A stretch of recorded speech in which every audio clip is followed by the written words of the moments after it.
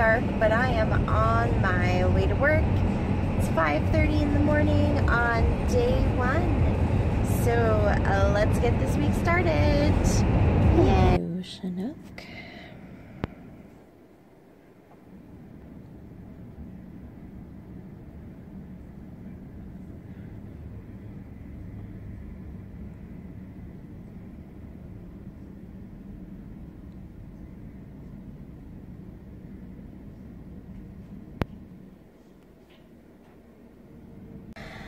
It's grocery time.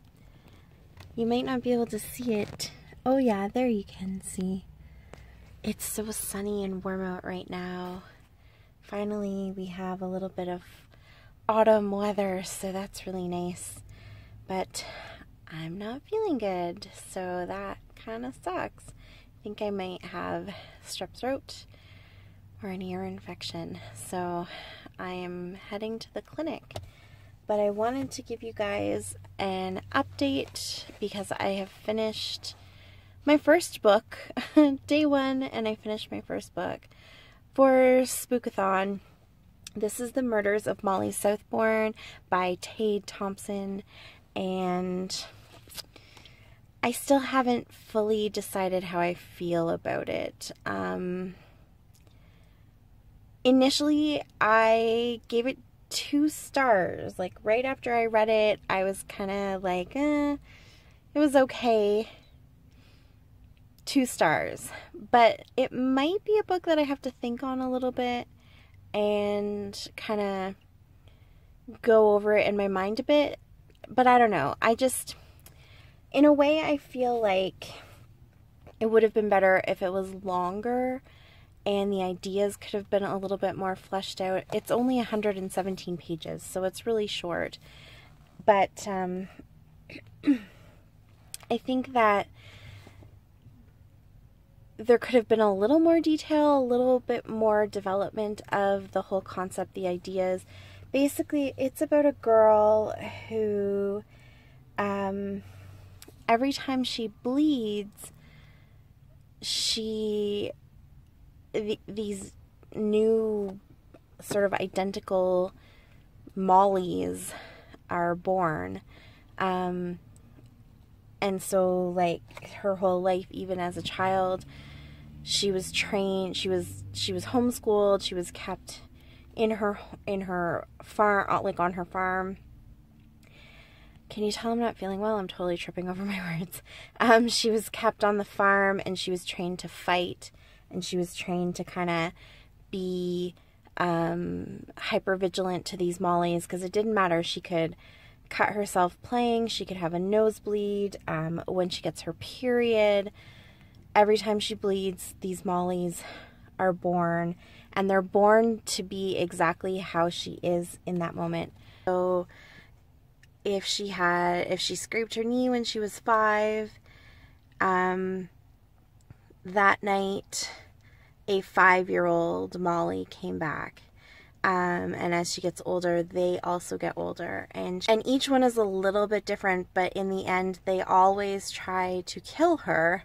So she's raised to she's raised to fight, and she's raised to use weapons and figure out how to basically kill them, minimize the amount of bloodshed, and survive, essentially. And so the book spans from her childhood all the way through till she's in university and how she survives it. So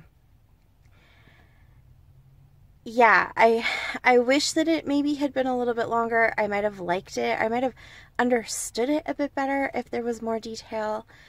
But at the same time, I didn't connect to it very well, so I kind of appreciate that it was a short story. But yeah, in any case, I'm happy to have one book down, so that's pretty good.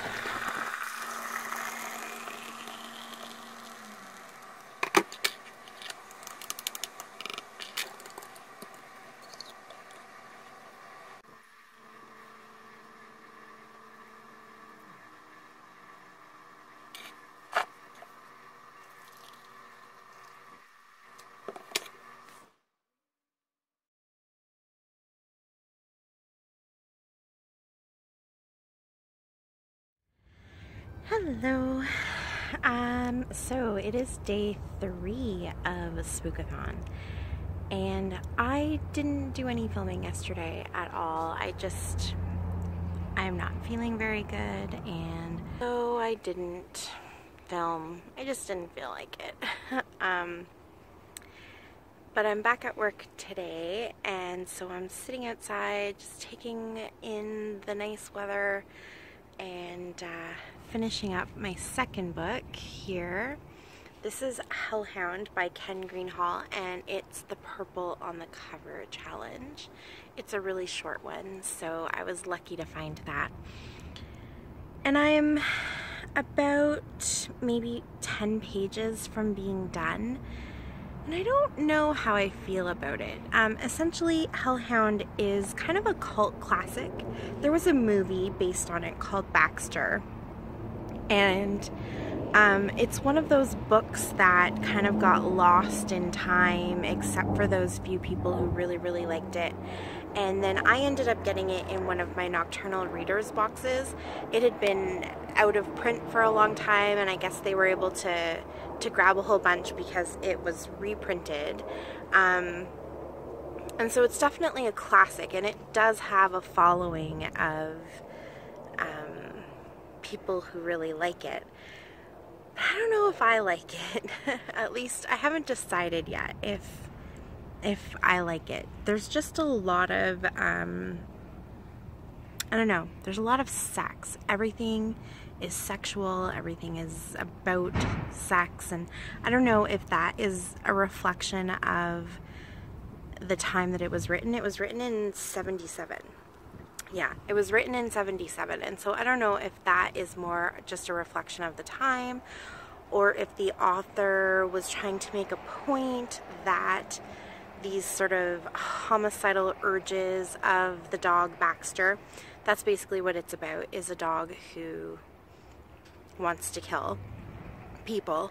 So I don't know if he's trying to make some sort of correlation between the dog's homicidal tendencies and sort of more of like a primal tendency and humans' primal urges. I'm not sure. So I just thought I would pop in and share that with you. I'm eating my lunch. And yeah, that's all the news I have for you right now, but I will definitely pop in later this afternoon or this evening and give you a wrap up and let you know my final thoughts on this book. Where are we going? So, Tim Hortons. Okay, what are you gonna get? A chocolate chip muffin. Why? Because those are my favorites. Okay, let's go.